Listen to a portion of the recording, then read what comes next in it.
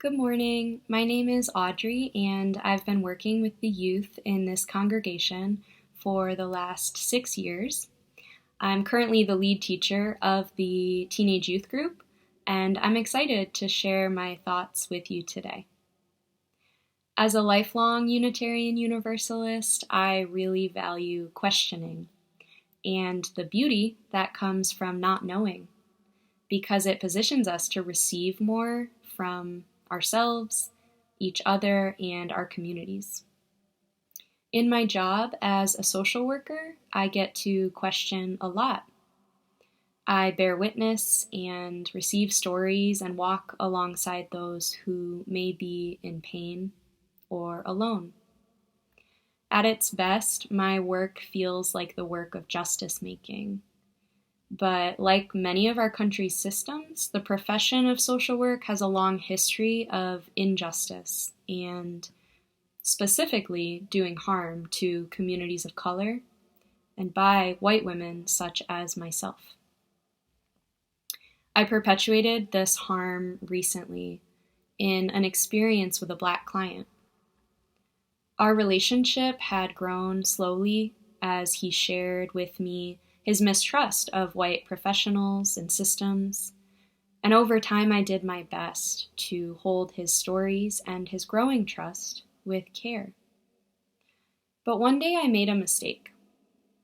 A seemingly small one, but it wasn't small to him, and he let me know.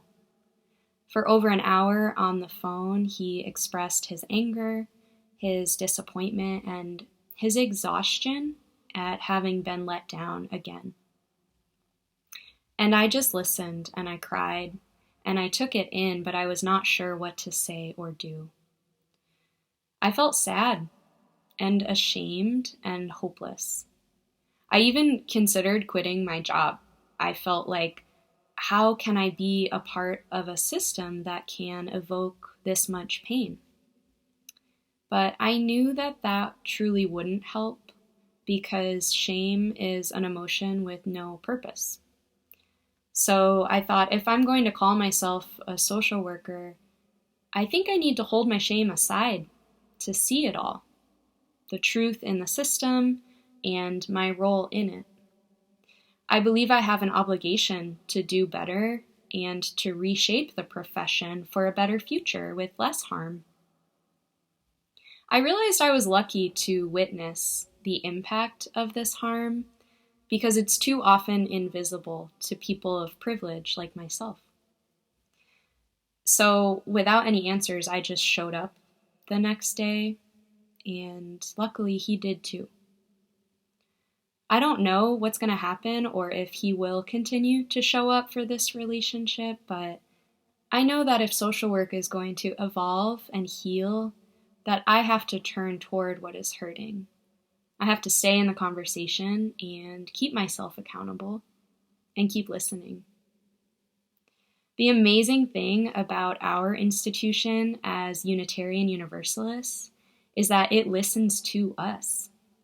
We have an active, alive relationship with our church, and it ebbs and flows directly with the calls of its congregants. It's not fixed or rigid, like some systems in this country that may be stuck in the past. It can evolve to meet the needs of the time. And what greater need right now than addressing racism? So I'm proud to be a member of a religion that challenges us to grow, and I know that it can't grow without us.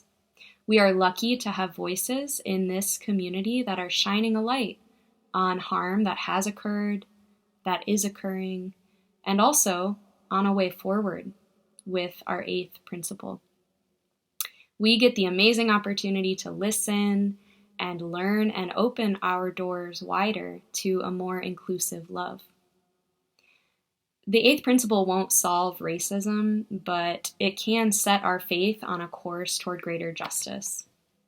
It's meaningful to me as a social worker, as a Unitarian Universalist, and as someone who isn't done learning or growing.